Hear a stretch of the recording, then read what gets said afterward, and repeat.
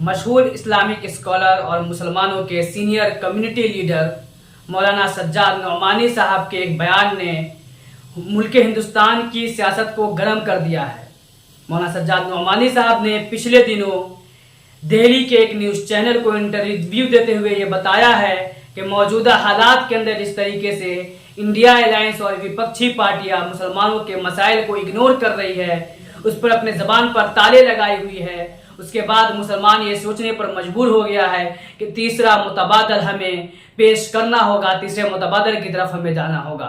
मौलाना सज्जाद नौमानी ने MX news को दिए अपने इंटरव्यू में बताया कि हमने पिछले दिनों इंडिया अलायंस के कई सीनियर लीडर से मुलाकात करके उनके सामने कम्युनिटी के कंसर्न को रखा है, हमारे मसाइल को रखा है और जो फिक्र मुस्लिम कौम के बीच, इनके नौजवानों के बीच चल रही है, उसे उनके सामने पेश किया है और साफ लफ्जों में उनसे कहा है कि अगर हमारे इन कंसर्न के ऊपर इंडिया अलायंस और विपक्षी पार्टियां सीरियस नहीं होती है, संजीदा नहीं होती है, तो हम तीसरा मुतबादल अपनाने के लिए मजबूर होंगे, थर्ड फ्रंट की तरफ जाने के लिए मजबूर होंगे, हम अल्टरनेटिव तलाश करेंगे। मौलाना सज्जाद नौमानी साहब ने यह भी कहा कि हम तीसरा मुतबादल बनाने की लगातार कोशिश कर रहे हैं, इसको लेकर के हमारे पास मंसूबा मौजूद है, हमारी बातें चल रही हैं और जल्द ही हम अपने मंसूबे को लेकर के सामने आएंगे। यानी मौलाना सज्जाद नौमानी ने साफ तौर पर यह जाहिर कर दिया है कि अब वो इंडिया अलायंस के ऊपर डिपेंड नहीं रहेंगे, बल्कि अपने मसाइल को लेकर वो जो तीसरे दर्जे की पार्टियां हैं या ऐसी पार्टियां जो अलग अलग राज्यों के अंदर, सूबों के अंदर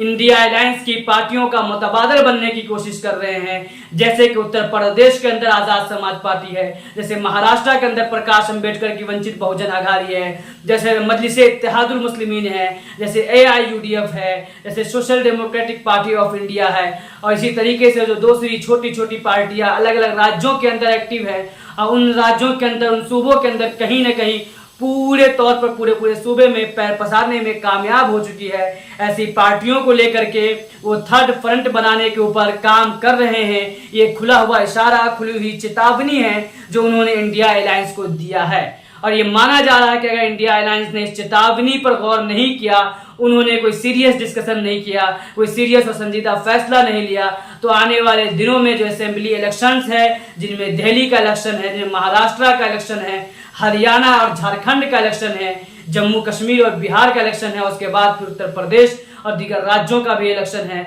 साउथ के स्टेट्स के भी इलेक्शंस आने वाले हैं 2026 के अंदर। उन इलेक्शंस के अंदर इंडिया अलायंस को बड़ा चैलेंज देखने को मिल सकता है, बल्कि बड़ा सियासी उलटफेर उन राज्यों के अंदर हो सकता है। उसकी वजह यह है कि एक तरफ ये देखा जा रहा है कि हिंदुस्तान के मुसलमानों के अंदर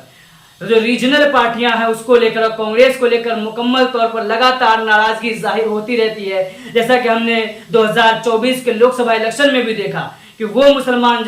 जिन्होंने यकमुश्त इंडिया अलायंस को वोट किया है, उसी मुसलमान कम्युनिटी ने जहां पर उन्हें मजबूत विकल्प मिला, मजबूत मुतबादल मिला, वहां उन्होंने इंडिया अलायंस का साथ छोड़ दिया। जैसा कि बिहार में हमने देखा कि पूर्णिया के अंदर जब राष्ट्रीय जनता दल ने पप्पू यादव को कांग्रेस से टिकट नहीं मिलने दिया और पप्पू यादव को इंडिपेंडेंट लड़ना पड़ा, तो पूर्णिया की मुस्लिम कम्युनिटी ने इंडिया अलायंस का मुकम्मल तौर पर साथ छोड़कर पप्पू यादव को जिताने का काम किया। सीवान के अंदर जाकर हम देखते हैं तो वहां पर हिना साहब जो कि मरहूम शहाबुद्दीन की वाइफ है, उनकी हार हो गई, वो शिकस्त खा गई, लेकिन वहां के मुसलमानों ने यकमुश्त हिना साहब को वोट दिया क्योंकि वो मजबूत अल्टरनेट पेश कर रही थी। उत्तर प्रदेश के अंदर हमने देखा कि नगीना से जब आजाद समाज पार्टी के चंद्रशेखर आजाद रावण चुनाव लड़ते हैं, जिन्हें हराने के लिए इंडिया अलायंस ने भी पूरी ताकत लगाई, बहुजन समाज पार्टी ने पूरी ताकत लगाई, एनडीए ने पूरी ताकत लगाई, उनको भी एकमुश्त वहां के मुसलमानों ने इसलिए वोट किया कि वहां पर वो एक मजबूत मुतबादल के तौर पर सामने आए थे।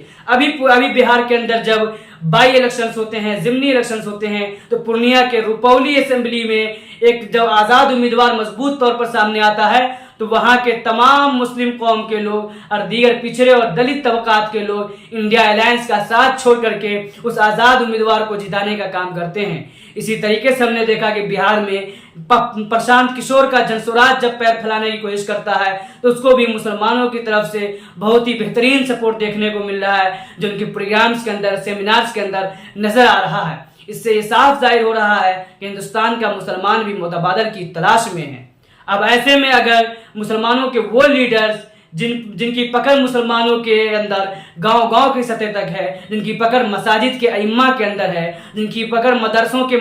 जिम्मेदारान के ऊपर है, जिनकी पकड़ छोटे छोटे एनजीओ ट्रस्ट के ऊपर है, जिनकी जो लीडर्स मुस्लिम कम्युनिटी को लीड करने के साथ साथ लिंगायत कम्युनिटी में भी अपने आप अपनी पकड़ रखते हैं, जिनके ताल्लुकात सिख कम्युनिटी में है, जिनके ताल्लुकात दलित और आदिवासी कम्युनिटी में है, वो अगर सामने आकर इंडिया अलायंस के खिलाफ कोई मुतबादल बनाने की कोशिश करते हैं तो यकीनन इसका बड़ा नुकसान इंडिया अलायंस को वैसे ही होगा जैसे कि 2024 के इलेक्शन में मौलाना सज्जाद नोमानी की मेहनत और दीगर मिल्ली लीडरान की मेहनत की वजह से इंडिया अलायंस को फायदा हुआ था और एक मजबूत विपक्ष मुल्क में देखने को मिला था। मौलाना सज्जाद नोमानी ने अपने इंटरव्यू में यह भी बताया है कि हमारी बातचीत उन अक़वाम के साथ, उन कम्युनिटीज़ के साथ भी चल रही है जिन कम्युनिटीज़ के लोग इस मुल्क के अंदर अपनी नई लीडरशिप पैदा करने की कोशिश कर रहे हैं या अपनी नई लीडरशिप तलाश कर रहे हैं या जो इस मुल्क के अंदर मजलूम माने जाते हैं या मजलूमों की हैसियत रखते हैं, जैसे कि आदिवासी कम्युनिटी की लीडरशिप के साथ, जैसे कि लिंगायत कम्युनिटी के लोगों के साथ, जैसे कि सिखों और क्रिश्चियंस के साथ और जैसे कि दलित कम्युनिटी के लीडर्स के साथ उनकी बातचीत चल रही है। अब देखना होगा कि क्या इंडिया अलायंस उनके इस चेतावनी पर गौर करके अपने बिहेवियर में तब्दीली लाती है या फिर वो उस चैलेंज को एक्सेप्ट करने को तैयार है जो मौलाना सज्जाद नोमानी ने उनको दिया है और आने वाले दिनों में इस मुल्क के अंदर मुस्लिम कम्युनिटी की तरफ से एक अलग सियासी रास्ता अख्तियार करते हुए देखने को मिलता है। शुक्रिया। कैमरा पर्सन मेहताब आलम के साथ मैं सैफुर रहमान।